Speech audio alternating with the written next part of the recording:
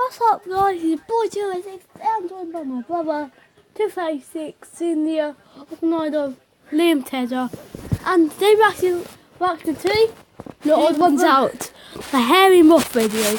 So we're gonna start this. Butterflies are better than moths. We make children's books about butterflies. We use them as metaphors of change. You might be an ugly caterpillar now, but you'll grow into a beautiful butterfly. We go into fields and frolic around trying to catch them, and some people even have a collection of them. Granted, the people who do collect them do so by impaling the butterflies.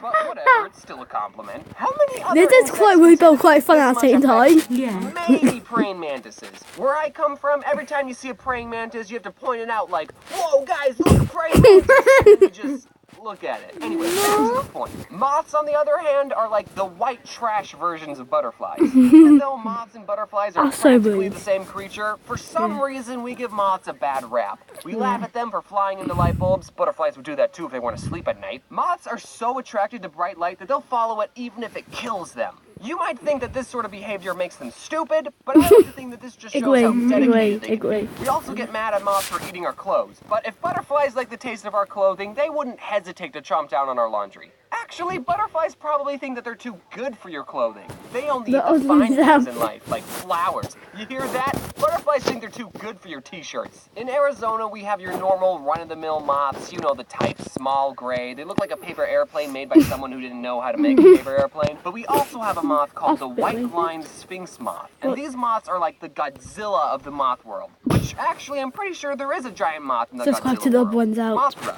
This, again, just shows how much we don't like moths. We turn them into city-destroying moths. Right. Make sure to subscribe to The Odd Ones Out and subscribe to 256. And let's come on the video now. When will the hate end? I'm sure when they filmed Mothra's scenes in the Godzilla movie, they didn't even use any special effects. They just used a normal white-lined sphinx moth. Those things could beat up hummingbirds if they wanted. One night when I was 5 years old, one of these big boys was hanging around at our porch light because, you know, moths, they just love themselves some glowing balls of heat. And then when someone opened the door, the moth saw all the other light inside and just wait a minute, did they see what I said? They filmed Mothra's scenes in the Godzilla movie, they didn't even use any special effects. They just used a normal white-lined sphinx moth. Those things could beat up hummingbirds if they wanted. One night when I was 5 years old, one of these big boys was hanging around at our porch light because, you know, moths, they just love themselves some glowing balls of heat. And then that sounds like wrong. That sounds so wrong. More light?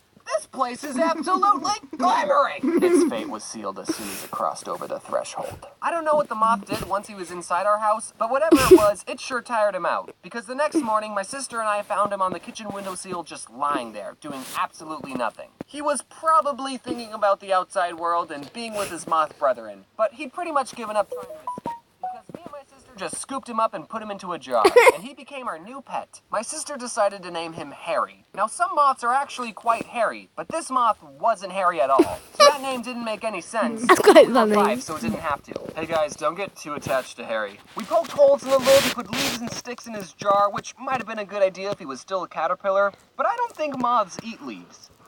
Do they eat leaves? We probably should have just put in a t-shirt. We thought we were taking good care of him. My mom apparently didn't like Harry. She said, I have a good idea.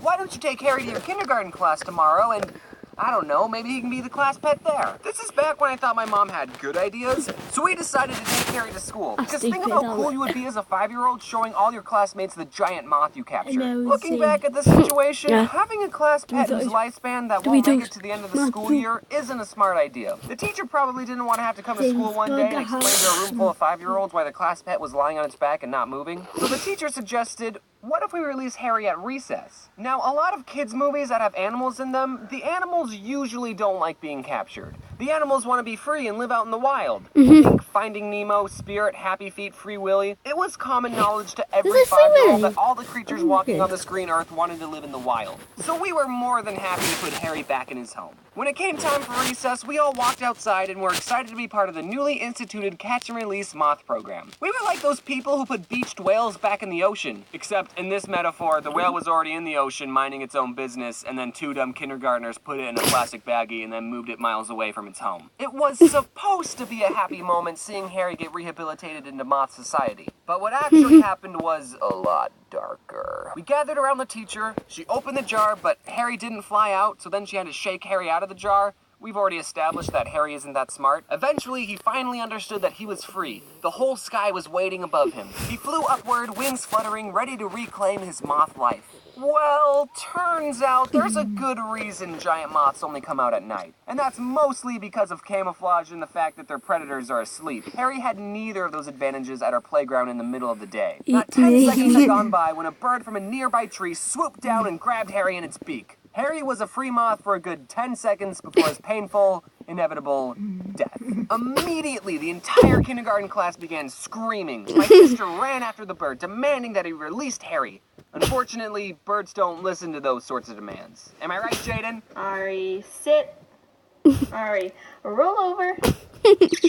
Ari, stay. Satan is born. No. This one's out. Speak. So then the teacher had to give us the talk about how nature is a lot scarier than it is in the movies. Basically, the circle of life involves a lot of death. But on the bright side, we totally made that bird's day. He was just sitting in a tree, probably wishing Arizona had more worms, and then boom, free meal. I wonder what I'm going to eat.